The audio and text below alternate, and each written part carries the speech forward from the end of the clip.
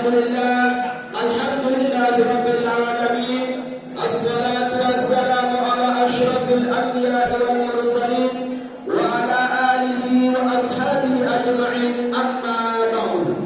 Pertama-tama dan yang paling utama, marilah kita curahkan rasa puji syukur kita atas kehadiran Allah Subhanahu wa taala yang telah memberikan nikmatnya sehingga kita bisa menghadiri acara pada malam hari yang insyaallah penuh barakah ini. Amin Allahumma. Kedua kalinya salawat beriring salam tetap terkirimkan kepada baginda Nabi Allah Nabi Muhammad sallallahu alaihi wasallam yang telah membawa manusia dari zaman jahiliyah menuju zaman Islamiah, yang telah menggulung-gulung tikar kekafiran dan menghamparkan barbadari keislaman di permukaan bumi ini. Alhamdulillah, sehingga kita bisa merasakan betapa indahnya iman, betapa indahnya Islam, dan betapa indahnya ukhuwah, yakni hubungan sesama manusia. Baiklah, langsung saja kami akan membawakan judul ceramah 3 termasuk dari fakta dasar. Hadirin jamaah rahimahullah taala, Nabi Muhammad sallallahu alaihi wasallam bersabda dalam kitab Nasaihul Ibad karya Syekh Imam An-Nawawi Al-Madani, Nabi dasar beliau, Bismillahirrahmanirrahim, Allahu ta'ala ila Musa bin Imran fi Tawrat, innahu ummahatil khafaya thalatun. Yang artinya Allah Subhanahu wa taala telah berfirman kepada Nabi Musa alaihissalam dalam kitab Taurat, sesungguhnya ada 3 dari termasuk fakta besar. Yang pertama al-kibru, sombong. Yang kedua wal hasan, hasad, iri hati dengki. Dan yang ketiga wal hirsu, amak rakus alias malah.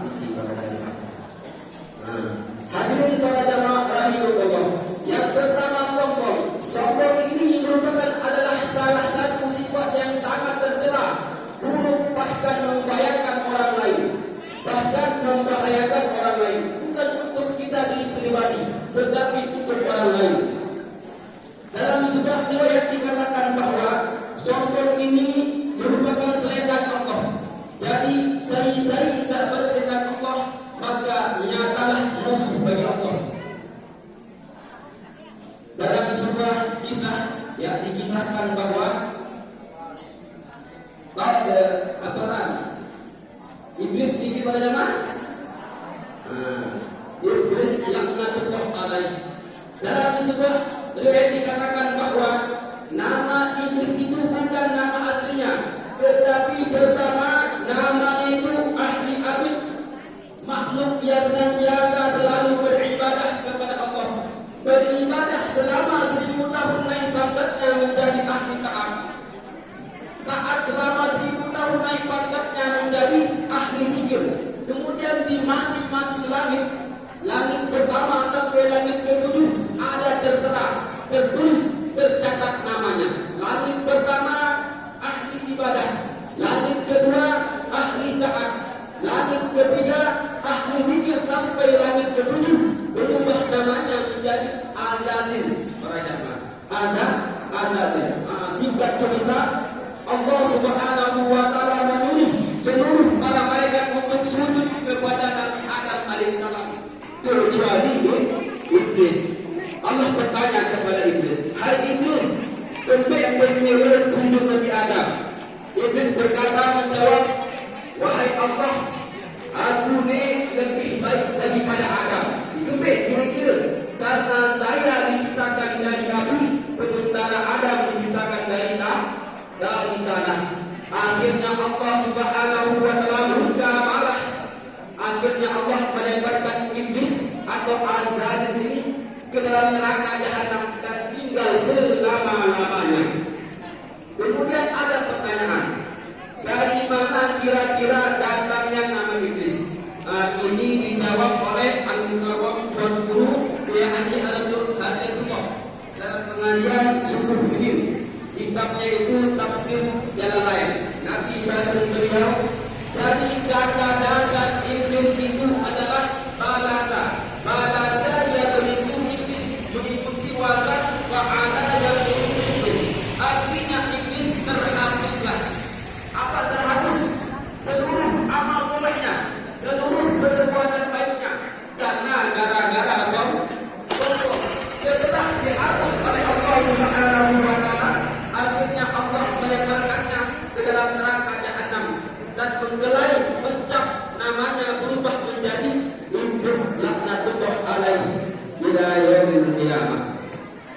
Iblis ini balasannya tidak lain dan tidak bukan hanyalah neraka. Allah berfirman dalam surah Al-Zumar ayat 72. Bismillahirrahmanirrahim. Qila dkhulu abwaab jahannam khalidina fiha. Dikatakan kepada mereka, masuklah ke pintu-pintu neraka dan tinggallah di dalamnya.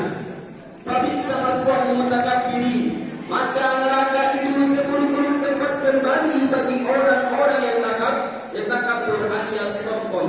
Quran surah Al-Zumar ayat 72. Hadirin jamaah rahimahumullah. Yang kedua, wal hasaru. Hasad ini hati dengki. Ini hati ini, hasad ini. Contoh seseorang yang iri atau hasad adalah ketika tetangganya beli kipas angin, kita panasan. Tetangganya senang, kita sedih. Tetangganya bahagia, kita beruntung. Macam dulu Pak bisa kan? Itulah ciri-ciri orang yang hasad dengki dalam artinya. Hasad ini tidak lain dan tidak bukan adalah perbuatan bisikan syaitan laknatullah. Semoga kita diberikan dari sifat hasad dengki iri hati. Seperti kisahnya anak Nabi Adam, Qabil dan Habil.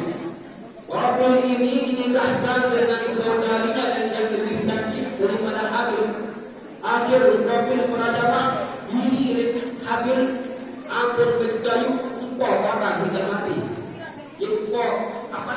Habil sampai mati gara-gara hasad. Dalam kitab Mukhtar Nabi Muhammad SAW bersabda, karya Sayyid Ahmad Al-Hashimi. Nabi bahasa beliau, Bismillahirrahmanirrahim. Al-asadu ya'kulul hasanati kama ta'kulun naru al-robah. Kedengkian itu bisa memakan kebaikan seperti api memakan kayu bakar. Jadi sebanyak-banyak perbuatan baik yang kita lakukan, tetapi masih ada sifat hasad dalam hati kita, dalam diri kita, maka kebaikan itu akan terhapus gara-gara sifat hasad. Yang terakhir, yang ketiga, yakni wal hirsu, tamak, rakus, melak. Melak ini, rakus ini bukan dari makanan, bukan hanya dari makanan, bukan rakus dalam jabatan, bukan rakus dalam mengoreksi aparat. Motor, mobil bisa. Tetapi rakus itu adalah orang-orang yang mampu, yang bisa, tetapi tidak ingin berinfak, bersedekah, memberi makan kepada orang yang lebih membutuhkan daripada dia, terutama anak yatim. Allah berfirman dalam surah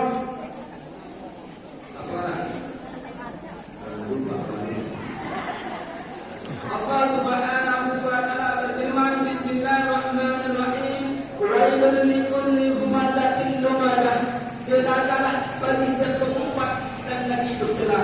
Alladzi jama'a malahu wa 'addadah. Yang mengumpulkan harta dan menghitung-hitungnya. Yahsabu anna malahu akhladah. Manusia mengira bahwa hartanya dapat menyekalkannya. Kalla la yumbazanna bil hutamah. Sekali-kali tidak, maka mereka akan dilemparkan ke dalam neraka utama. Kalimat tamak di sini dalam ayat ini adalah alladzi jama'a malahu wa 'addadah. Orang-orang yang mengumpulkan harta dan menghitung-hitungnya. Tidak gawe sedelu. Mengkepeng pilih misal 20 juta, 4 juta, 1000 juta misal. dia kabur, tidak mau bersedekah, tidak mau berinfak. Nah, itulah ciri-ciri orang yang rakus alias melak. Hadirin jamaah rahimahullah. Seluruh sifat ini yang tiga tadi, dari sombong, kemudian hasad, dan nama, tidak lain dan tidak bukan, balasannya adalah neraka jahanam.